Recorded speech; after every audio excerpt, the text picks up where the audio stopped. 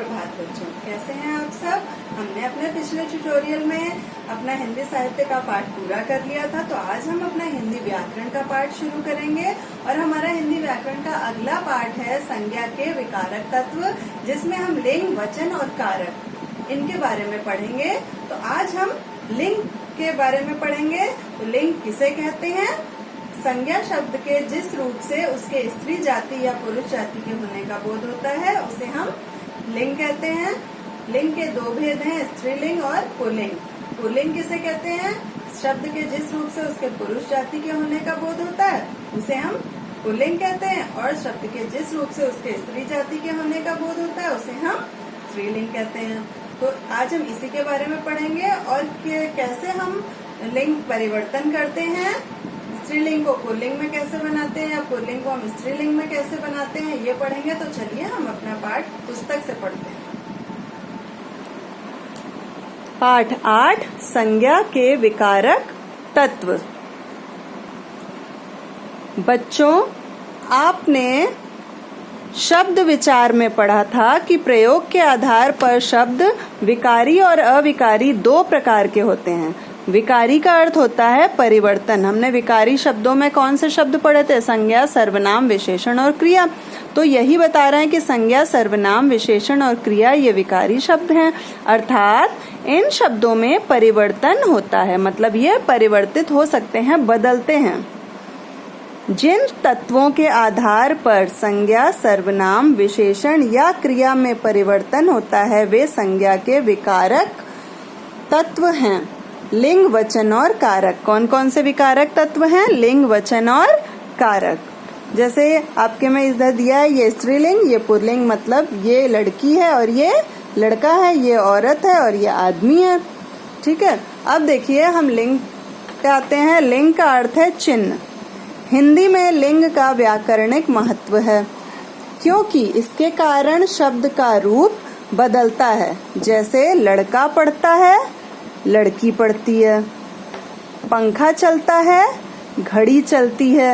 ये पुल्लिंग और स्त्रीलिंग है। इस प्रकार लिंग संज्ञा का वह लक्षण है जो संज्ञा के पुरुषवाची या स्त्रीवाची होने का बोध कराता है। मतलब हमें जिस संज्ञा से उसके पुरुषवाची या स्त्रीवाची होने का पता चलता है उसे हम लिंग कहते हैं।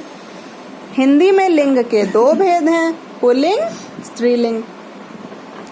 पुल्लिंग ऐसे शब्द जिनसे पुरुष जाति का बोध होता है पुल्लिंग कहलाते हैं, जैसे आदमी, लड़का, घर, पंखा, अध्यापक, हवाई जहाज आदि। स्त्रीलिंग वे शब्द जिनसे स्त्री जाति का बोध होता है उन्हें स्त्रीलिंग कहते हैं, जैसे लड़की, औरत, कार, कुर्सी, नदी, गाय आदि। लिंग निर्णय, मतलब हम लिंग का निर्धारण कैसे कर सकते हैं? प्राणीवाचक शब्दों का लिंग प्राकृतिक होता है और अप्राणीवाचक शब्दों का लिंग निर्धारण व्याकरणिक होता है। हिंदी में कुछ शब्द नित्य पुल्लिंग या नित्य स्त्रीलिंग भी होते हैं। जैसे नित्य पुल्लिंग में कौन कौन से? नित्य पुल्लिंग का मतलब क्या हुआ? जो सदैव पुल्लिंग में ही प्रयोग किए जाते हैं।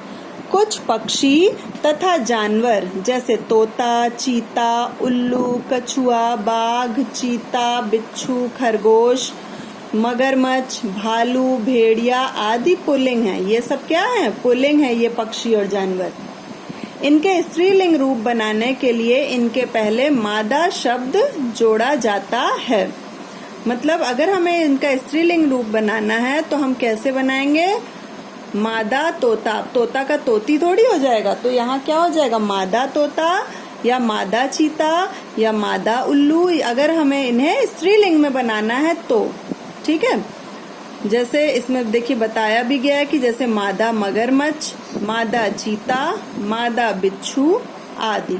अब देखिए नित्य स्त्रीलिंग शब्द भी ऐसे हैं जो कि पुल्लिंग में नहीं होते हैं, सिर्फ स्त्रीलिंग में ही प्रयोग होते हैं। जैसे मक्खी, कोयल, छिपकली, मकड़ी, गिलहरी, तितली आदि। इनके पहले नर शब्द जोड़ा जाता है अगर हमें उसको पुल्लिंग में बनाना है तो।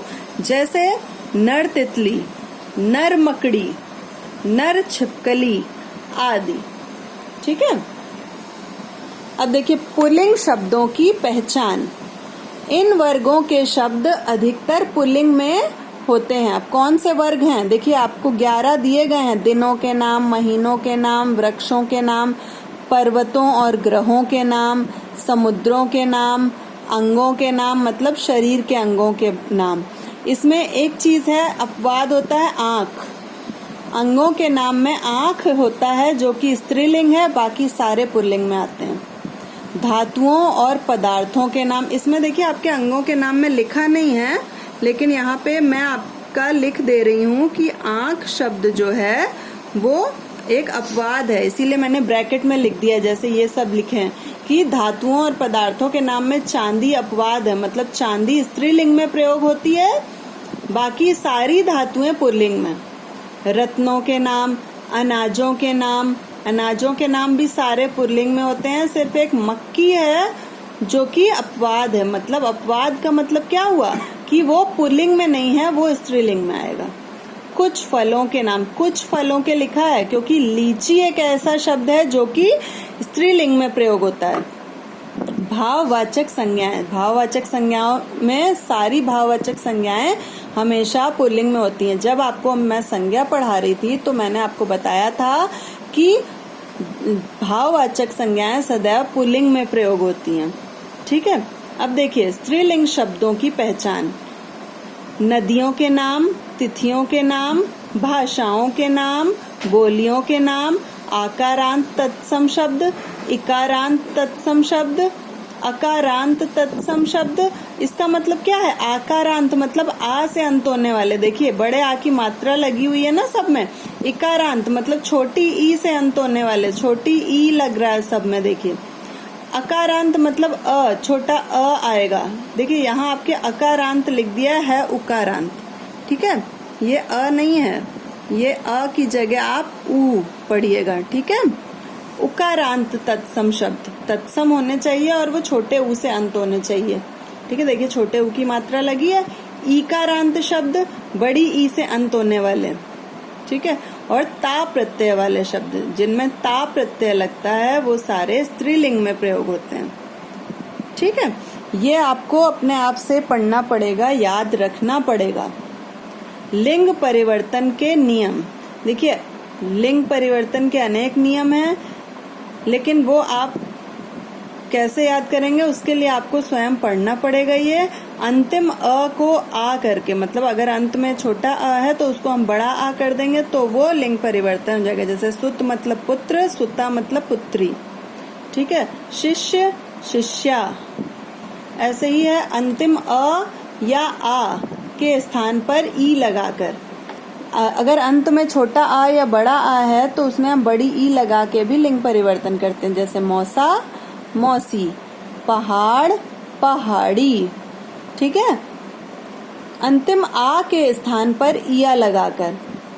अगर अंत में आ है तो उसमें इया लगाकर भी, जैसे चूहा, चूहिया, बेटा, बिटिया। अंत में इन लगाकर।